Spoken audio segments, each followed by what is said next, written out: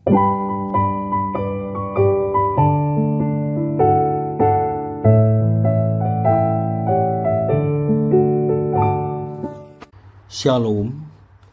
Devosi Amsal 26 ayat 17-28. Demikian firman Tuhan.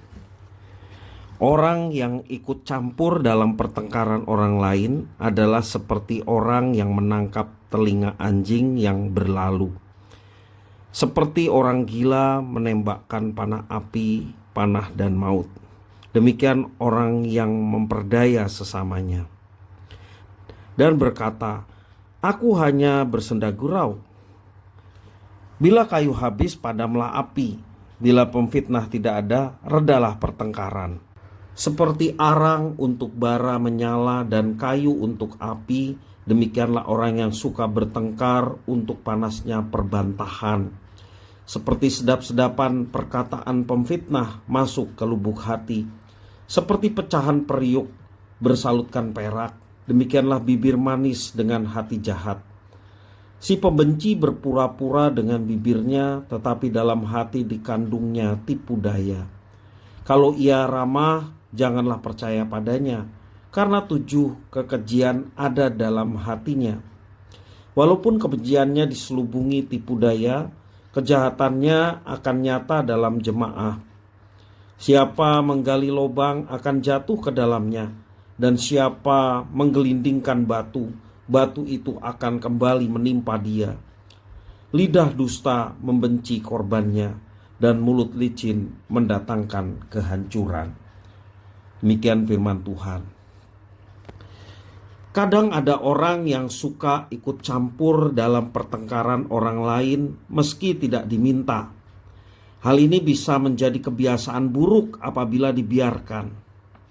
Dia akan sibuk menilai dan menghakimi orang lain, sementara dia tidak memperhatikan dirinya sendiri. Sejatinya, campur tangan bisa kita lakukan tak kala kita diminta untuk terlibat. Namun, jika tidak, jangan sekali-kali mencampurinya. Kitab Amsal mengingatkan kita akan hal itu. Ikut campur diibaratkan seperti menangkap telinga anjing yang berlalu. Itu artinya, alih-alih kita membantu dalam penyelesaian masalah, kita malah memperkeruhnya. Bahkan kita bisa menimbulkan korban dalam pertengkaran seperti itu.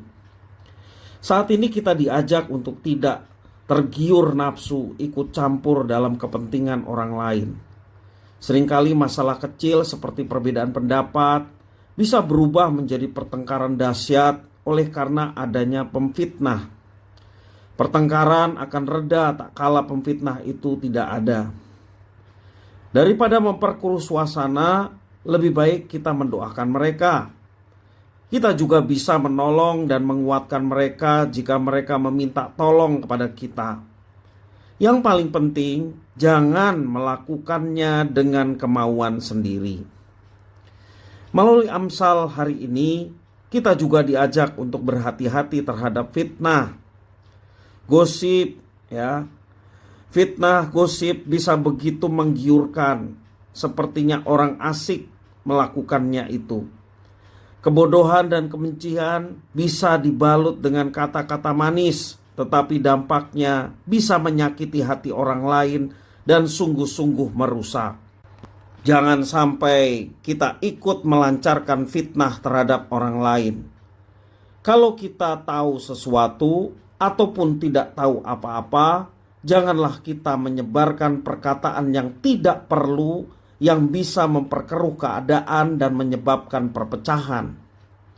Saat ini, sekali lagi kita bersyukur karena kita diingatkan agar tidak ikut campur perkara orang lain. Kristus mengutus kita untuk menjadi pendamai yang berhikmat dimanapun kita berada, seperti apa yang Ia ajarkan kepada kita. Mari kita memohon kepada Tuhan agar kita dapat menjadi juru damai yang bijaksana bagi sesama kita. Tuhan Yesus memberkati.